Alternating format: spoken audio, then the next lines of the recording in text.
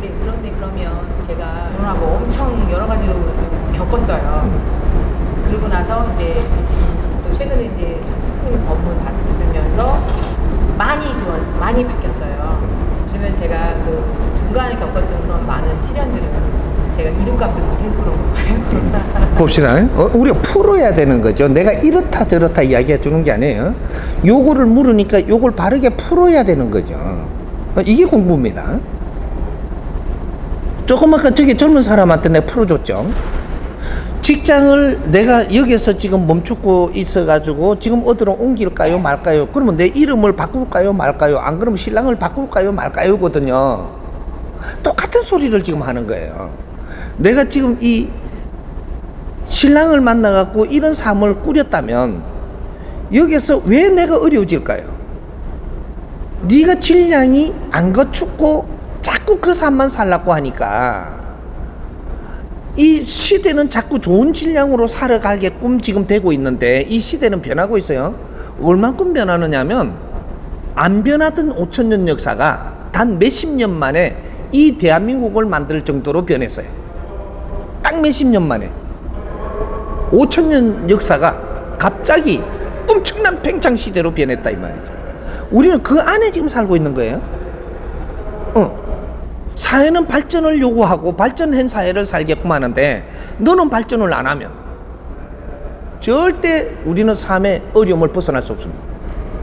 그럼 내가 시집을 갔다면 결혼을 했다면 결혼을 해가지고 무엇을 해야 되는지를 알고 거기 가서 차근차근히 내 할 일을 했더라면 너는 절대 고생을 안 합니다.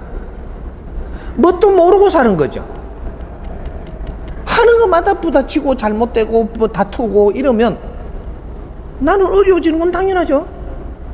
어려움도 내가 만드는 것이니 탓하지 마라.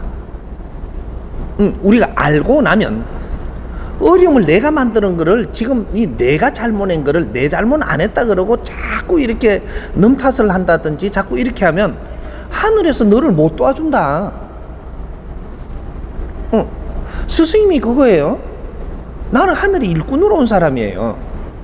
하느님은 너희들한테 직접 말을 해도 안 통하니까 내를 교육 다 시켜갖고 하느님 대신 지금 일하라고 보냈거든요.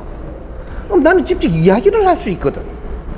옳고 그름을 판단할 줄 알고 그걸 정리할 줄 알고 법을 줄 줄 알고 이끌어 줄 줄 알게끔 나는 공부를 한 사람이에요. 자연에서 그렇게 나와가지고 지금 이 내가 상대를 해주는 거거든요. 하느님 대신에. 나는 하나님 대신 간다 그러니까 어떤 사람은 기독교 다니니까 저 사이비 같은 게 하나님 대신한다고 이렇게 하니까 날 보고 자꾸 뭐라 하거든요. 너희들은 조직에서 찡을 주갖고 목사니까 하나님 제자인지 몰라도 조직에서 준 거다. 하나님이 니한테 찡 안 줬단 말이죠. 나는 하나님이 나한테 이렇게 찡을 줘가 내려보냈는데 저거 조직에 지금 자격증 없다고 목사도 아닌 게 하나님 이야기한다고 뭐라 하거든요.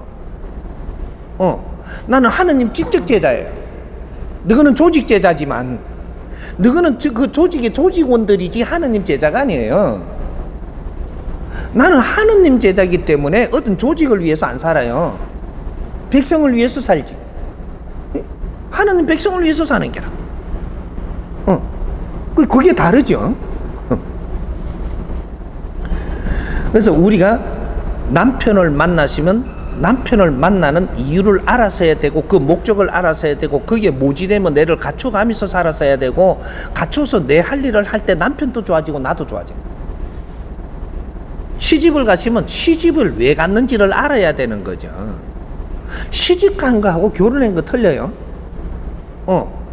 시집은 시가 댁 집에 간 거예요.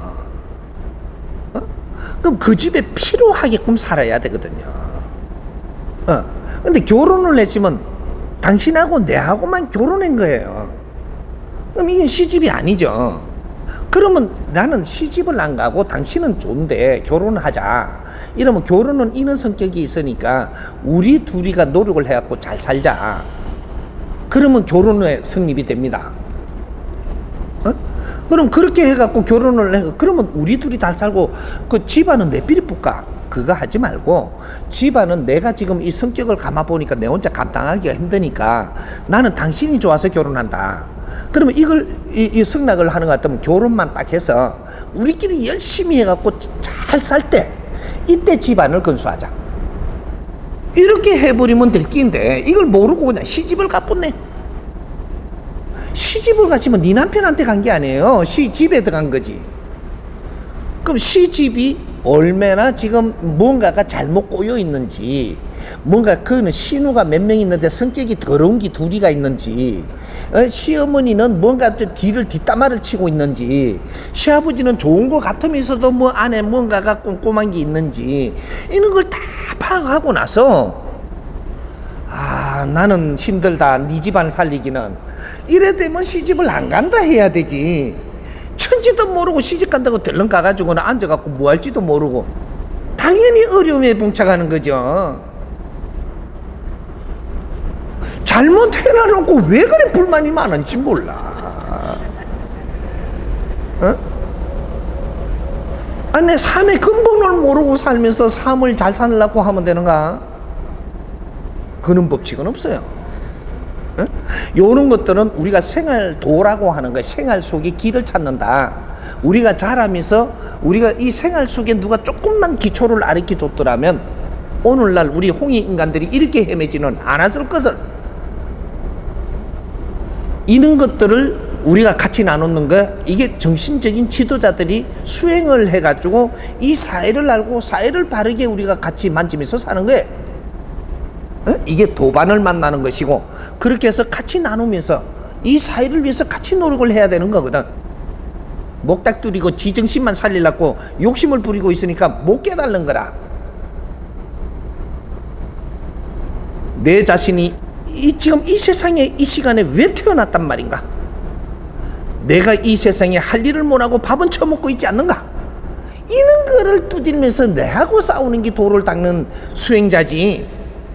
능력을 얻으려고 앉아갖고 턱 이래가 뭘 한 소식 줄랑가,